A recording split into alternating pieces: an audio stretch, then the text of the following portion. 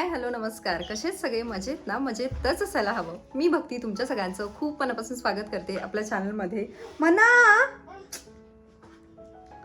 वही फाडली तू बेटा. तू केस विंचरलेला अजिबात चांगला दिसत नाहीये.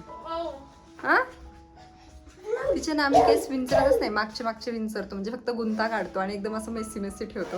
ते कर्ल्स तिचे इतके छान दिसतात ना. आणि इंस्टाग्रामवरती एक मुलगी आहे, तिचा जो फोटो किंवा काय सापडला तर मी दाखवते तुम्हाला. तर ती यांना इतकी आवडते. ती 4 वर्षाची मुलगी आहे. काय नाव आहे तिचं? निया फिस असं नाव आहे. तर ती इतकी गोड आहे आणि ती ना मनूसारखी दिसते बऱ्यापैकी. आणि तिचे केस असे एकदम कर्ली कर्लीत, ह्या साईडने मस्त इकडे असे, इकडे असे, हे असे, त्यामुळे मस्त दिसते ती. त्याच्यामुळे आम्ही पण हिचे केसच विंचरत नाही आणि तसेच ठेवतो. तेच तिला इतके छान दिसतं. तर टीव्ही का लावली आहे तुम्ही? 2 मिनिटं थांबा. हा म्हणजे आवाज नाही येणार. तर आज आहे सॅटरडे. आज प्लॅन असा काहीच नाही आहे. जेवणामध्ये थोडासा वेगळा प्लॅन आहे. आज मी दाळबट्टी बनवायचं ठरवलं आहे. सगळं तयारी वगैरे करून ठेवली आहे. डाळ बनवली आहे. त्याच्यानंतर बट्ट्याचं पण सगळं प्रिपरेशन करून ठेवलं आहे. फक्त म्हणलं गरमागरम तळते.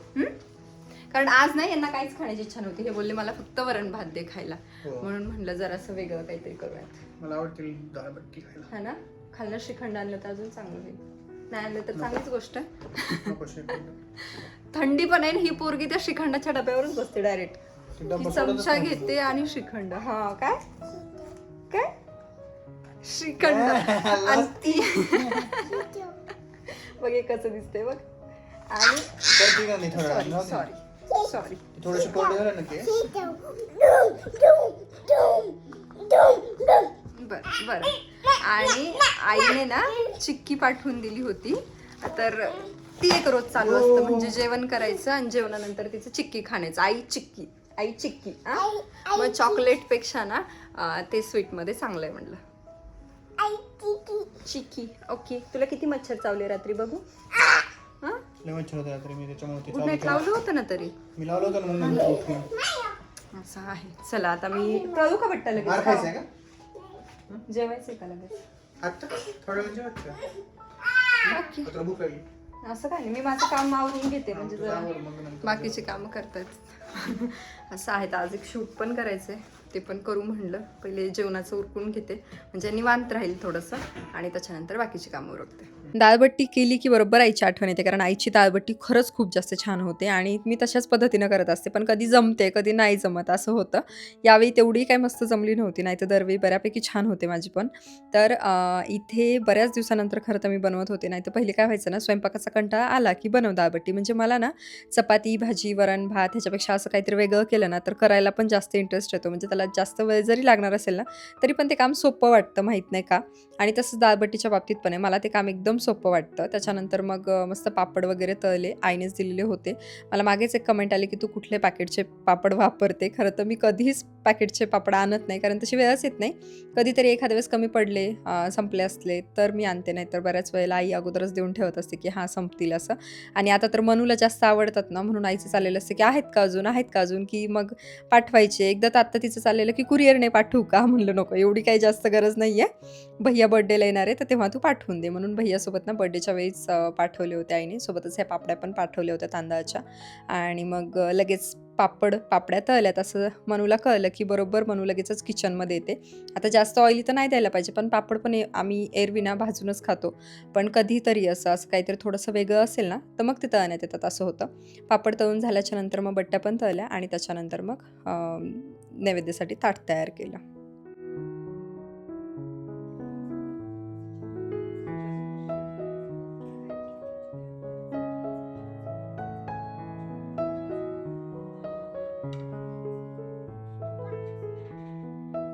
वाव मनू, मारती ना Manu you are looking so pretty. हा छान छान पोनी पण घालू दे आता. ओके. मी घालून देऊ पोनी तुझे? ओके. पप्पा बघितलं काल जे सांगितलं होतं ते.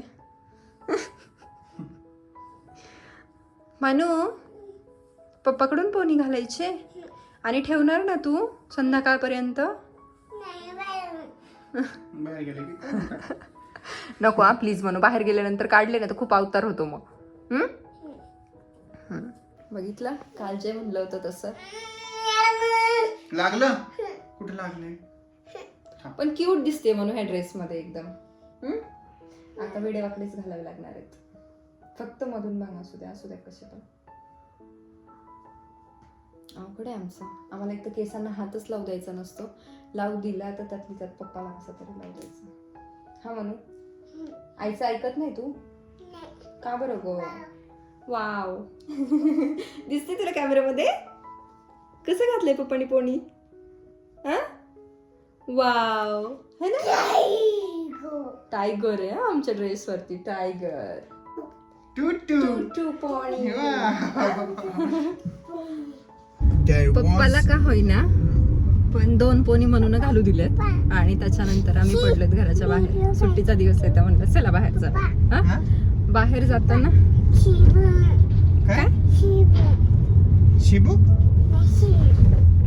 काय शिरी शी ते शी झालं वाटतं. ते चाललंय का? ते कुणी केलंय म्हणा असवी? ते कुणी शी केलंय? ते मनू का केलं तसं?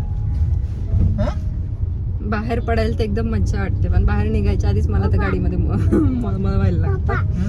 आणि नाही आता कंटिन्यू पप्पाला कॉपी करणं चाललंय. पप्पा जे म्हणतील तेच म्हणणं चाललंय.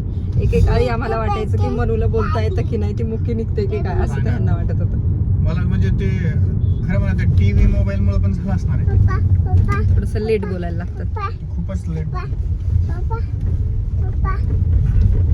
काय काय बेटा? शिरी नाही. पप्पा कोणती गोष्ट सांगत होते? एक होता आणि एक काय होतं? एक होता रॅबिट. आणि एक काय होता? टायगर. दोघांची जर शर्यत लागली तर रॅबिट जायचंच नाही पुढे. रॅबिटचं जीवनच संपन्न तिथे म्हणा. एक होता ससा, एक होता कासव की नाही? हा, आणि त्यांची शर्यत लागलेली पुढे. म्हणलं ना तिला मराठीतले प्राणीची नावं माहिती बरं का. पण तिला जर विचारलं ना मला ससा, ती मला रॅबिट म्हणते. इंग्रजीमधून सांगते त्याला. नाही तिला आता सगळ्याच गोष्टी कळाल्यात आणि कामापेक्षा जास्त हुशार होत चालली होती. म्हणजे आता तर इतकी कॉपी करत होती. त्यांनी जरी केलं तर ती करणार असं चाललेलं आहे. पण आम्ही कॅमेरा चालू केल्यानंतर चांगलं काय होतं काय माहिती. कॅमेरा चालू केल्यानंतर ती नाही मोड मध्ये जाते. ती वेगळ्याच मोड मध्ये जाते कुठेतरी. रनिंगची शर्यत लागते. ओके. आणि मग ते ना खूप असे जोरात पळायला लागतात आणि कासव मात्र हळूहळू. कसा चालतो कासव? आणि ससा पुढे जाऊन त्याला मस्त गाजराचं हे दिसतो, मळा दिसतो. आणि त्याला गाजर खूप आवडत असतंय. गाजर म्हणजे काय माहितीये तुला? कॅरेट्स. तुला आवडतात ना कॅरेट्स? अच्छा. आणि मग ते कॅरेट्स खात ससा काय करतो माहितीये तुला? तो झोपी जातो मग तिथे झाडाखाली. हो. आणि कासव मात्र हळूहळू येतच राहतो. आणि मग म्हणजे तिला जसं काही सगळं माहितीये. म्हणू काय चाललंय बेटा? हो का? असं का? हो असं माहिती आहे म्हणा तुला ती गोष्ट. होय.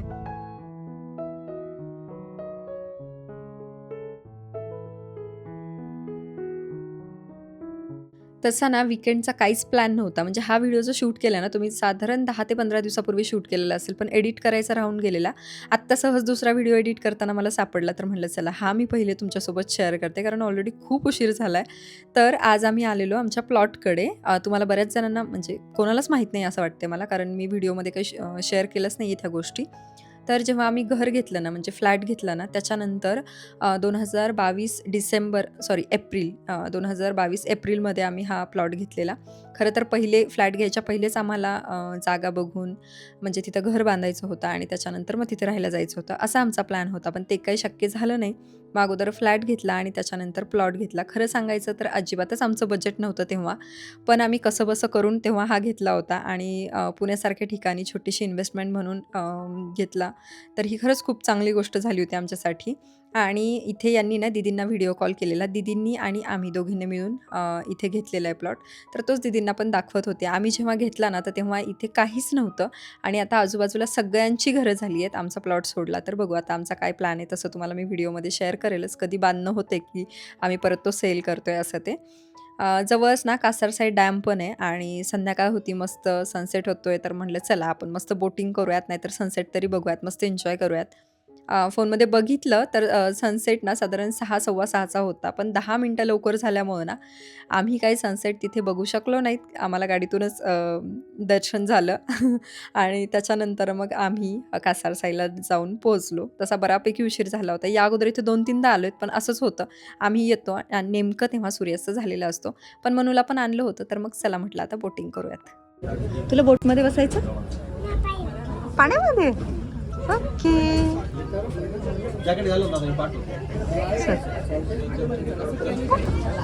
तू बोटिंग करते? ए मानू, बोटिंग करायची? काहीच लक्ष नाहीये, फक्त पाण्यामध्ये जायचंय तिला.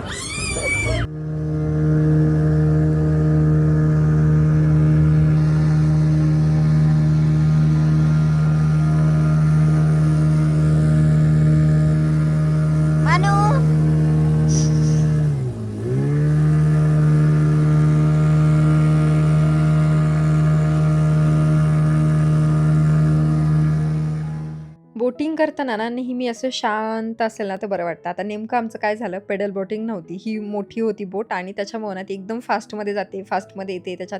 त्याचा भर्र असा आवाज, त्याच्यामुळे काय तेवढी मज्जा येतच नाही. मला तरी काय तेवढं बरं वाटत नाही याच्यामध्ये. मनूला पण म्हणावाशी काही मज्जा आली नाही, ती जरा घाबरली वाटतं. त्यामुळे एकदम शांत अशी बसली होती. पण नेमकं पेडल बोटिंगला बरीच मोठी लाईन होती, त्यात आम्हाला उशीर झाला होता, सनसेटही झाला होता. म्हणलं आता अंधार पडण्यापेक्षा ना न बसण्यापेक्षा आपण आत्ता कशात तरी बसूयात, म्हणून इथे आम्ही बसलो होतो. मध्ये गेल्यानंतर जरा बरं वाटत होतं, पण जेवढी पेडल बोटिंगमध्ये मजा येते ना तर तेवढी खरंच याच्यामध्ये नाही आहे मजा. अचानक केलेला प्लॅन आणि आम्ही आलोय बोटिंगसाठी. हा मनस्वी, हाय म्हण ग तिथे. हाय. एकदम मधोमध्ये येऊन आता आम्ही थांबलो जरा. आणि सगळ्यांना पाणी, फोटो पाणी, व्हिडिओज पाणी. काढायचे आणि 300 रुपये वसूल करायचे. मानू कसं वाटतंय? छान छान. अचानक झालेला प्लॅन आणि आलोय तिकडे. सनसेट तर झालाय, पण म्हटलं चला छान वाटतंय आणि मी बऱ्याच दिवसानंतर आलोय. मनूला घेऊन पहिल्यांदा आलोय ना आपण इथे. फिश मनूला घेऊन पहिल्यांदा आलो आपण. स्नेहाला गेलो होतो. छान वाटतं, थोडंसं लवकर यायला पाहिजे जरा. आणखी काय काय असतं दादा? काय बोटिंग दुसरं काय काय असतं? रिसॉर्ट रिसॉर्ट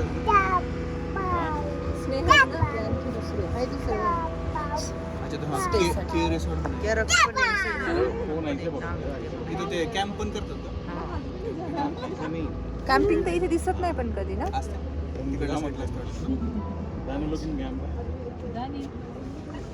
कॅम्पिंगला दुसरीकडे जाऊयात कुठे. बोटिंग करून आलो होतो आणि पूर्ण व्हिडिओमध्ये तुम्ही बघितलं असेल, मनू फक्त पप्पाच्या मागे होती. म्हणजे विकेंडला मनूचं हेच चाललेलं असतं, फक्त पप्पा पप्पा पप्पा. आई आहे की नाही मनूच्या लक्षात पण राहत नाही वाटतं, त्यामुळे फक्त ती पप्पाच्या मागं असते. आता घरी जायचं होतं तर म्हणलं चला थोडीशी त्या अगोदर ना पेटपूजा करूयात आणि ह्या छानशा भेजीसोबत ना हा आपला छोटासा व्हिडिओ इथेच एंड करूयात. तुम्हाला कसा वाटला ते नक्की कमेंट करून सांगा. बाय.